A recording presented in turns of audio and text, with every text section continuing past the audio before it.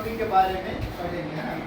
Art में और culture में ह्यूमन एनाटॉमी जो है बहुत ही एक इम्पॉर्टेंट टॉपिक।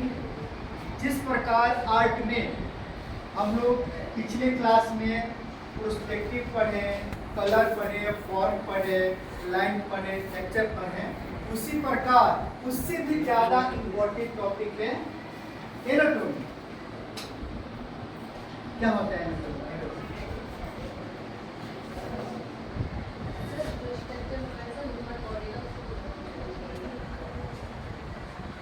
बॉडी का जो स्ट्रक्चर होता है, स्ट्रक्चर का मतलब क्या होता है? स्ट्रक्चर का मतलब क्या होता है? What is structure?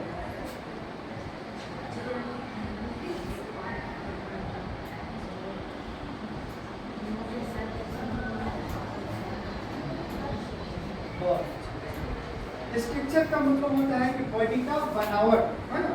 तो जैसे कि आदिकाल से, प्राचीन काल से जो आर्ट में हम लोग का भारतीय कला है, तो उसको बनाने का पहले हम लोग एक पद्धति का प्रयोग करते थे, है ना। उस पद्धति को ताल मान पद्धति कहते हैं ना। प्राचीन कला में, भारतीय कला में, जैसे कि पहले तो बहुत पहले हमारे पश्चिम में एनाटॉमी नहीं था, है ना। एनाटॉमी कब आया? जब हमारे देश में ईस्ट इंडिया कंपनी आई, तब जाकर के रियलिस्टिक पेंटिंग बनना शुरू हुआ, है ना। इसके पहले जैसे कि हम लोग अजंता एलोरा का स्कल्पचर देखेंगे तो उसमें हम देखेंगे कि ताल मान पद्धति से हमारा जो शरीर का बनावट होता है ना। तो ताल किसे कहते हैं? ताल जो होता है क्या होता है? ताल किसे कहते हैं?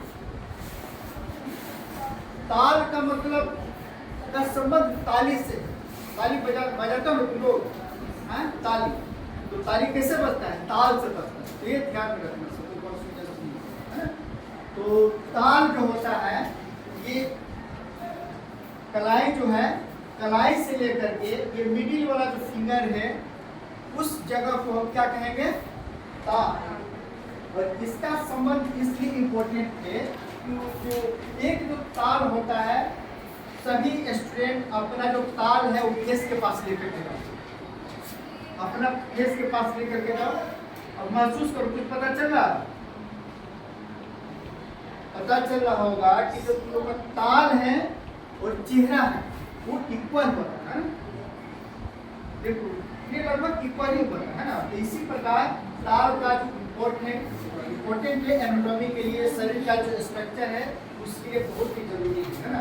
तो कभी भी हम ह्यूमन फिगर बनाएंगे किसी का, तो ये हम जरूर ध्यान देंगे कि जो चेहरा है, चेहरा का जो बॉडी होगा वो कितने टाइम्स होगा?